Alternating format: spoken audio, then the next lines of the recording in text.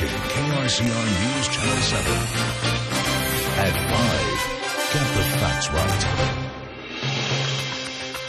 It does. It's a huge tragedy for our community. We're a close-knit community, and we all know each other. And it's hard. The tiny town of Alturas in the international spotlight tonight, mourning loved ones lost in a mass shooting. Tonight, we know their names, and we're starting to hear some of their stories, too. Good evening, and thank you for joining us tonight. I'm Jennifer Scarborough. I'm Mike Mangus. It happened yesterday afternoon about 3:30. We followed the breaking news from this time last night through the evening. Police say a woman who was up for eviction started shooting at a tribal hearing at the Greenville Rancheria offices in the 300 block of West 1st Street in Alturas. 4 people were killed, 2 others wounded, 1 seriously. When the woman ran out of bullets, she grabbed a butcher's knife and stabbed the person.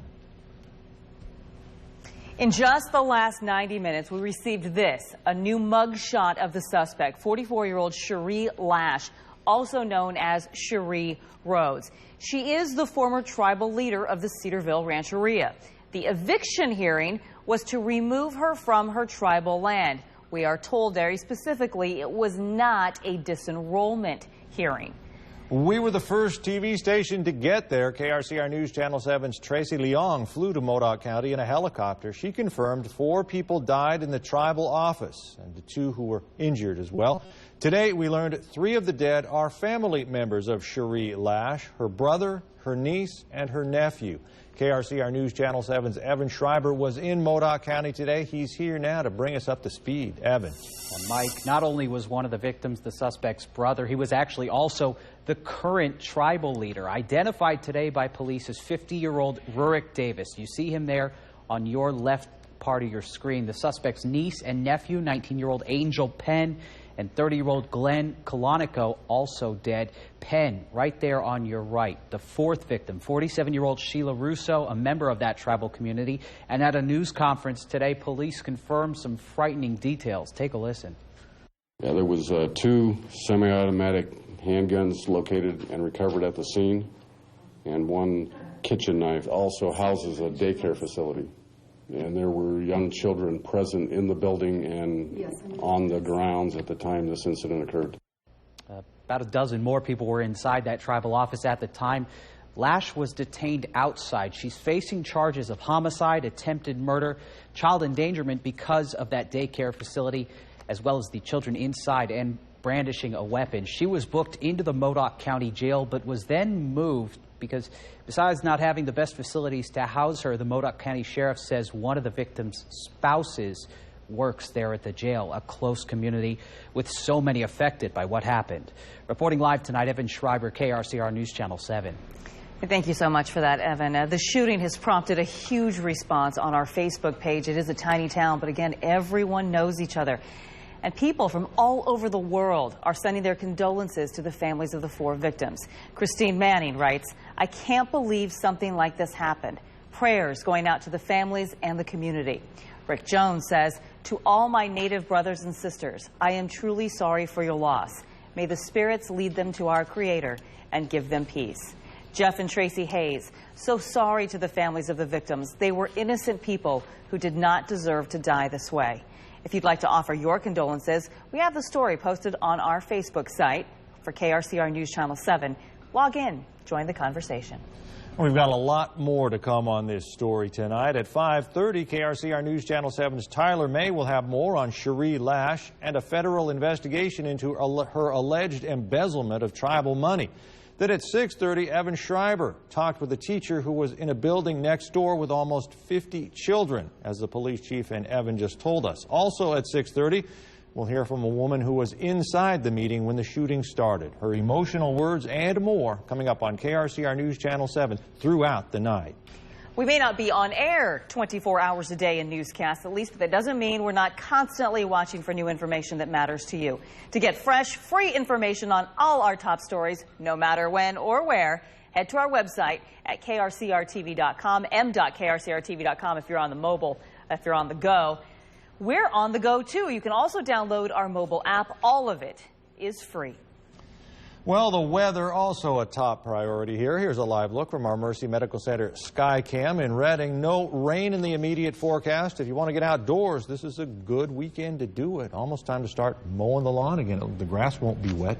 I know. We just need a little more rain. We might get some next week, but we are still a long way from catching back up. First Alert Chief Meteorologist Mike Kruger has your high-definition First Alert forecast. Mike? Yeah, and of course, that's a nice little lead into this drought watch we're going to be talking about, because we did see that drought monitor, the new one, come out yesterday, and it did develop a few more interesting things. Number one, you'll notice here in extreme northwestern portions of the corner there of California, that's in Del Norte County, what you're looking at here is kind of it went from severe to moderate. So we're actually starting to see it get a little bit better because of the rain they've seen for the last several weeks. However, we're still under a drought for pretty much the entire state. In fact, it was just yesterday that everyone in California is under some sort of drought, whether it's from dry all the way to exceptional. So kind of interesting there. There you can see 38% for Lake Shasta, 39% for Lake Oroville. We're slowly seeing these creep up due to the fact that we have seen some of that rain, but it's creeping up very slowly. And there's a look at your rain total since July of 2013. Of course, that's the rain season,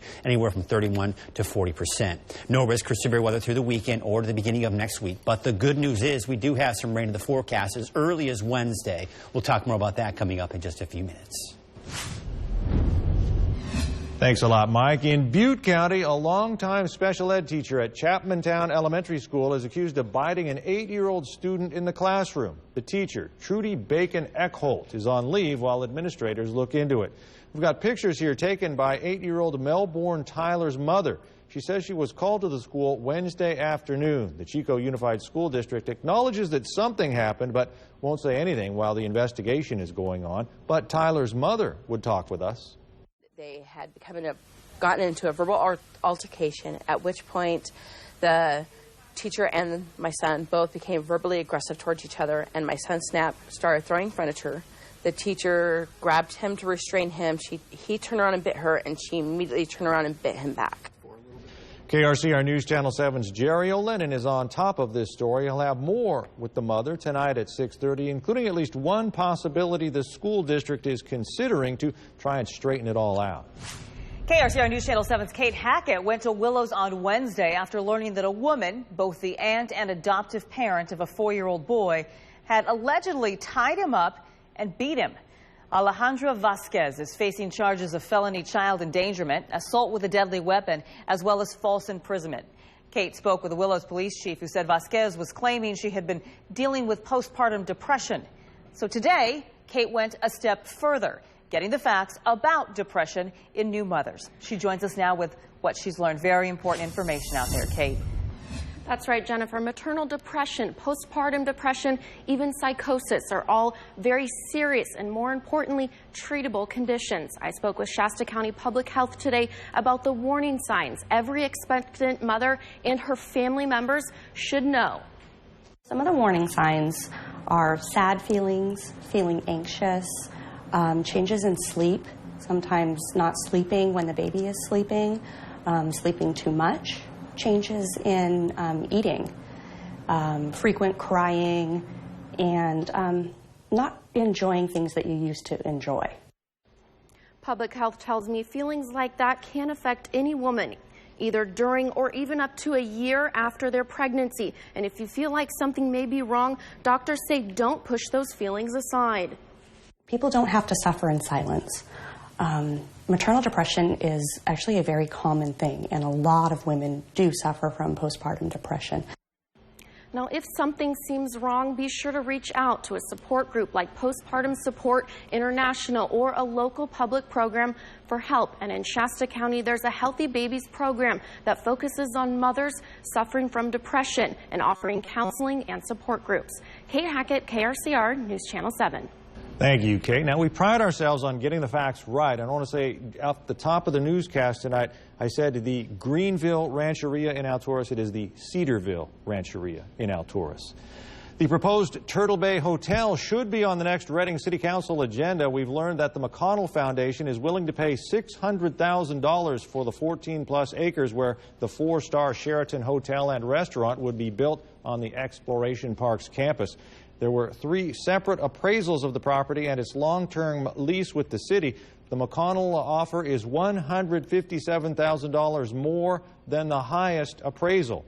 Turtle Bay maintains that selling the land to the McConnell Foundation would mean the project would not be subject to prevailing wage and thus make it affordable to build. Labor unions aren't so sure. The City Council should talk it over during its March 4th meeting. It is being called the worst drought in California's history. And there's more bad news today for farmers. Plus, temperatures around the world broke a record in January, and California is right in there.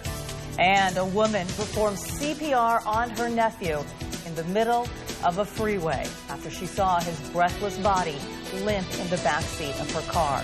It's an emotional story. We'll have it for you a little later on KRCR News Channel 7 at 5.